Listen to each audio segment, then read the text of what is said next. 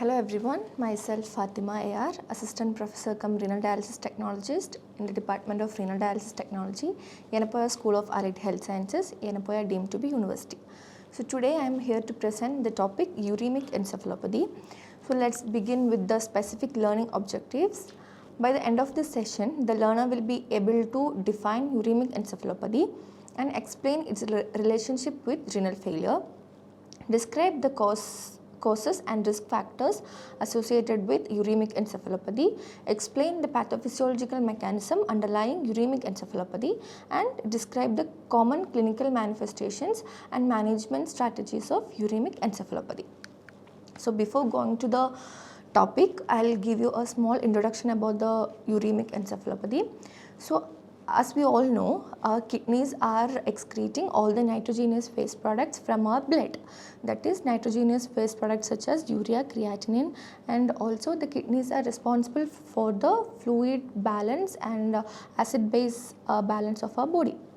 So in a renal failure patient, the kidneys are failed to excrete all these nitrogenous waste products and it will accumulate in the patient's blood. So renal failure refers to the progressive loss of kidney function resulting in the inability to maintain fluid, electrolyte and waste product balance in the body. As kidney function declines, there is an accumulation of uremic toxins, fluid overload and disturbances in acid base and electrolyte balance. Renal failure can be acute, that is AKI, and chronic, that is CKD, chronic kidney disease, and affects multiple organ system. So the term uremic encephalopathy, we can divide it into two, that is uremia and encephalopathy. So as I told you, in a renal failure patient, all these waste products such as urea and creatinine will accumulate in the patient's blood. That accumulation is known as uremia, a clinical syndrome characterized by the accumulation of nitrogenous waste products including urea, creatinine and other solutes in the blood due to impaired renal excretion. It is commonly seen in patients with chronic kidney disease, that is CKD, or end-stage renal disease, that is ESRD. So now we have encephalopathy, a broad term referring to any diffuse disease of the brain that alters its structure or function. It manifests as cognitive dysfunction, confusion, altered mental status and in severe cases coma. So that is encephalopathy. Now we have uremic encephalopathy. Uremic encephalopathy is a neurological complication and one of the many manifestations of renal failure.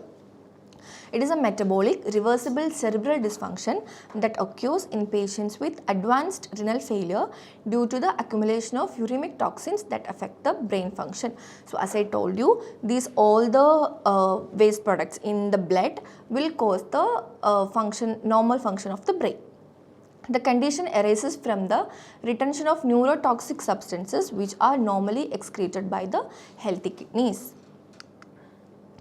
Uremic encephalopathy is considered an organic brain disorder seen in acute or chronic renal failure, typically when the estimated glomerular filtration rate, that is EGFR, falls below 15 ml per minute per 1.73 meter square. It usually develops when creatinine clearance remains persistently low, that is less than 15 ml per minute, indicating severe renal impairment. So now the causes of uremic encephalopathy: end-stage renal disease, acute kidney injury, inadequate or missed dialysis, rapid accumulation of nitrogenous waste products, severe electrolyte and acid-base imbalances, blood-brain barrier dysfunction due to inflammation and toxin overload. These are the common causes of uremic encephalopathy. Now we have risk factors. So the uremic encephalopathy is mostly common in patients with end-stage renal disease, acute kidney injury, missed or inadequate dialysis, severe azotemia, electrolyte imbalances, metabolic acidosis, sepsis or systemic infections and older age. Coming to the pathophysiology. Kidney failure reduces the ability to remove metabolic waste from the blood. This causes accumulation of uremic toxins such as urea, creatinine and guanidinic compounds in the bloodstream. Chronic inflammation and oxidative stress make the blood-brain barrier more permeable, allowing these toxins crosses into the brain tissue. Uremic toxins accumulate in the brain's extracellular fluid and interfere with normal brain function. They cause an imbalance in neurotransmitters by increasing inhibitory substances like GABA and decreasing excitatory neurotransmitters like glutamate. Toxins disrupt neuronal metabolism and disturb electrolyte balance, leading to swelling of brain cells.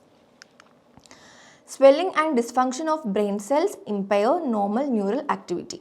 These changes result in neurological symptoms such as confusion, tremors, seizures and altered consciousness. That is the pathophysiology.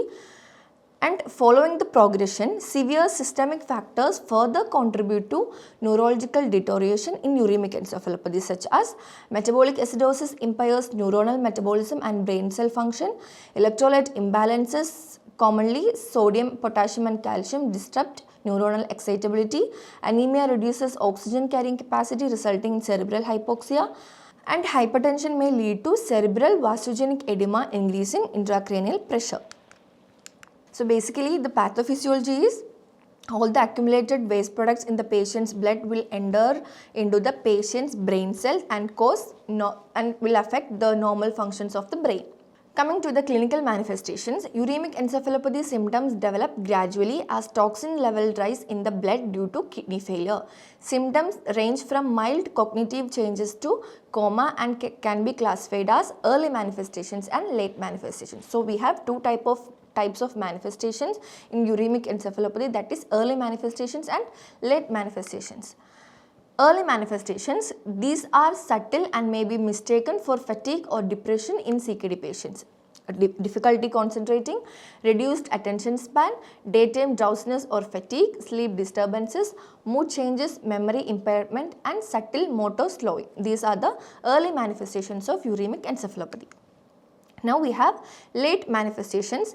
If uremia progresses without dialysis, neurological signs become more obvious and severe, such as asterixis, myoclonus, tremors, confusion or disorientation, slurred speech and slowed verbal response, seizures, coma, abnormal reflexes, and in rare cases patient will have papilledema, which means the swelling of optic disc due to the high pressure inside the brain.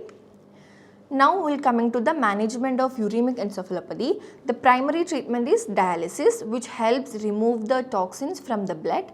This can be done through hemodialysis or peritoneal dialysis. Regular sessions are essential to keep toxin levels under control and improve symptoms. Medications, the second management is medications. In some cases, medications may be prescribed to manage symptoms like seizures or agitation.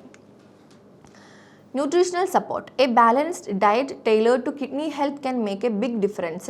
This often includes low protein intake, helps to reduce the production of waste products. Low sodium helps control blood pressure and fluid balance. Low potassium and phosphorus, it will prevent dangerous buildups in the blood. Supportive care. This might include managing symptoms like nausea, itching and fatigue to improve overall quality of life. Palliative care teams can provide additional support and resources. Fluid management. Keeping track of fluid intake is crucial as too much fluid can worsen kidney function and lead to swelling and high blood pressure. So the management of uremic encephalopathy, the primary treatment is dialysis. Then we have medications, then nutritional support and supportive care, and finally fluid management. So let's summarize the whole topic. Uremic encephalopathy is a reversible neurological complication of advanced renal failure, that is CKD or AKI. It occurs due to the accumulation of uremic toxins that crosses the blood-brain barrier, disrupting neuronal metabolism and neurotransmitter balance. Clinical features range from fatigue and confusion to seizures and coma in severe cases. Management involves initiating or intensifying dialysis, correcting metabolic imbalances and providing supportive care. These are my references. Thank you.